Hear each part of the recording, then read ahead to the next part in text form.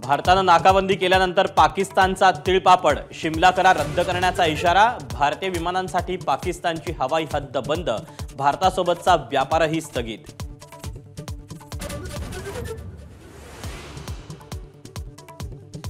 परराष्ट्र मंत्रालयाची विविध देशांच्या राजदूतांशी चर्चा, पहलगाम हल्ल्याबाबत अमेरिका, रशिया, चीन, इंग्लंड, कॅनडा, जर्मनीच्या राजदूतांसोबत बैठक।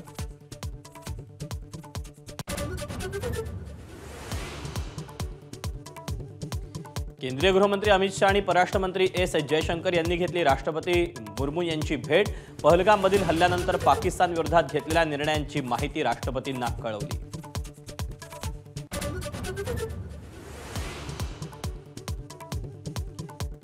दहशतवाद्यांना कल्पनेपलीकडे शिक्षा मिळेल, पंतप्रधान मोदींची गर्जना, दहशतवाद्यांची उरली सुरली जमीनही नष्ट करण्याची वेळ आल्याचा इशारा।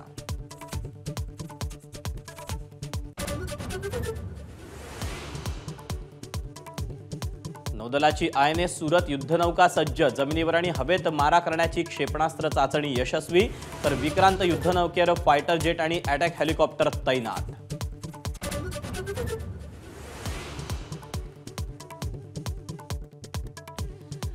आईनं कव्हर केलं पण त्यांनी बाबांच्या पोटात गोळ्या घातल्या, डोंबिवलीच्या दिवंगत अतुल मोनेंच्या मुलीनं सांगितली पहलगाम हल्ल्याची हादरवणारी कहाणी।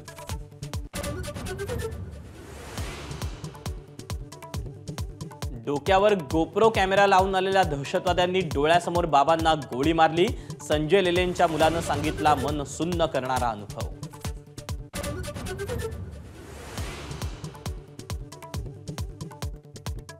जीव वाचवण्यासाठी आमच्या टिकल्या काढून फेकल्या, अल्लाहू अकबर म्हटलं तरीही अतिरेक्यांनी गोळ्या चालवल्या, कौस्तुभ गणबोटेंच्या पत्नीनं सांगितली मन विषण्ण करणारी कहाणी।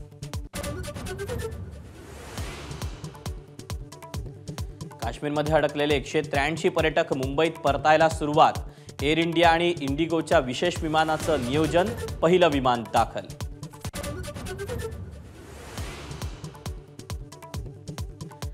जे कधी विमानात बसले नव्हते त्यांनी विमानात बसायची त्यांना संधी मिळाली, पर्यटकांबद्दल बोलताना शिंदेंच्या शिवसेनेचे खासदार नरेश म्हस्केंचं असंवेदनशील वक्तव्य।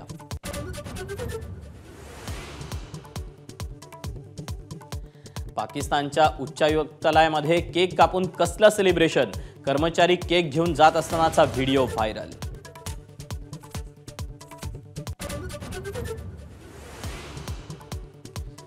पाकिस्तानी अभिनेता फवाद खानच्या आगामी अबीर गुलाल सिनेमावर बंदी, सिनेमा प्रदर्शित होणार नाही, माहिती आणि प्रसारण खात्यातील सूत्रांची माहिती।